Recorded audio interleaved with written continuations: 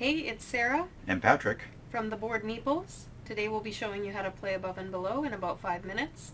Subscribe and check out our website to see more videos like this. Above and Below is an exploration game in which the object is to build your village and end the game with more village points than your opponent. Each player gets a board, starting house, starting villagers, and 7 coins.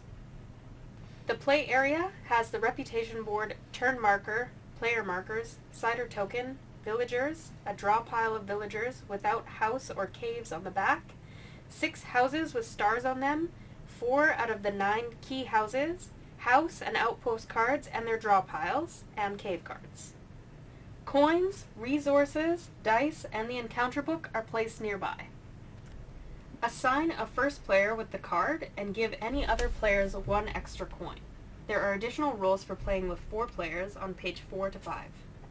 The game is played in 7 rounds, starting with the first player and continuing clockwise. Players take turns assigning villagers to tasks by moving them from ready to exhausted. Explore. Take a cave card, assign 2 or more villagers, place them on the card, roll the die, and compare to a number on the cave card.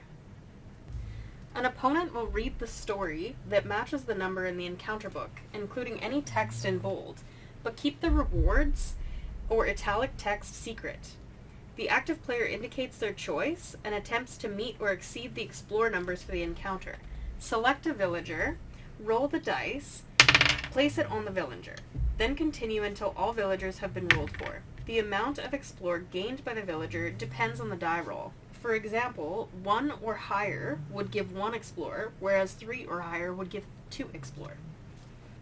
If you need more lanterns, you may exert a villager by placing it from the cave card into the injured area and gain an additional lantern per exerted villager. If the total explore meets or exceeds the number, the player gains the rewards and places the cave card below their board. If you fail, you do not gain the cave card or any rewards. There may also be failure text to read for the encounter. Then place the non-exerted villagers into the exhausted area. Build. Assign a villager with the build icon to build a house or an outpost on top of an earned cave card. Pay the cost, then gain and replenish the card if applicable. The legend for abilities gained from the house cards are on page 14 to 15.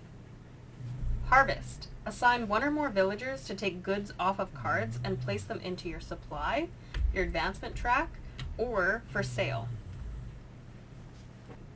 Recruit. Assign a villager with the recruit icon to train a villager. Pay the cost and place the new villager into the exhausted area. Don't replenish the villager yet. Work. Assign 1 or more villagers and gain 1 coin per villager. Gain the cider token also if it is available. Players may also perform extra free actions. Place a good from your supply for sale, or buy a good from another board. Offers to buy goods must be made in coins and must total 3 or more. You may remove or exchange the good you offered on your turn, but you may only have 1 for sale at a time. A player may refuse an offer for any reason. You may also place goods from your supply into your advancement track. They must be placed left to right without leaving empty spaces. They must go on the space with a matching good if there is one there already, and you can't remove or alter the space of a good once it's in the track. Lastly, you may refresh face-up houses or outpost cards for 1 coin once per turn. Place the cards at the bottom of the deck and draw 4 new cards.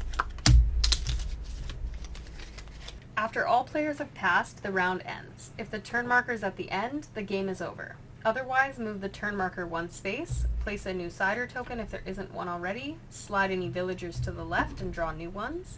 Potions may be spent on injured villagers, and cider may be spent on exhausted villagers. Then assign 1 bed per villager and move them 1 space to the left. A villager can't use 2 beds to move from injured to ready, and a villager can't sleep if you don't have enough beds. Last, collect coins based on your advancement track, plus any bonuses available from cards. Refresh goods on buildings, then pass the first player card to the left, and the next round begins. At the end of turn 7, the game ends and points are counted as such. Advancement track. Each good in the space indicated is assigned the point shown. For example, each resource here would give 3 points, so 3 resources is a total of 9 points. Buildings, including the starting houses, are worth 1 point each. Empty cave cards don't give any points. Reputation. With 2 players, the person with the most reputation gets 3 points. There are additional rules for reputation scores with more players or in the event of a tie on page 13. Players also gain or lose points based on the score beside their cube on the reputation track. Card bonuses will give points according to the legend on page 15. Add up all the points and the player with the highest score wins. There are extra rules for special villagers from exploring on page 12, and the back of the rulebook gives a quick legend of actions, end of round reminders, including how to refresh villagers with beds and potions. The best way to learn is just by playing. So that's it. Let us know if you liked the game or if we missed anything. Don't forget to subscribe and check out our video where we play Above and Below. All links will be in the description. See you next time.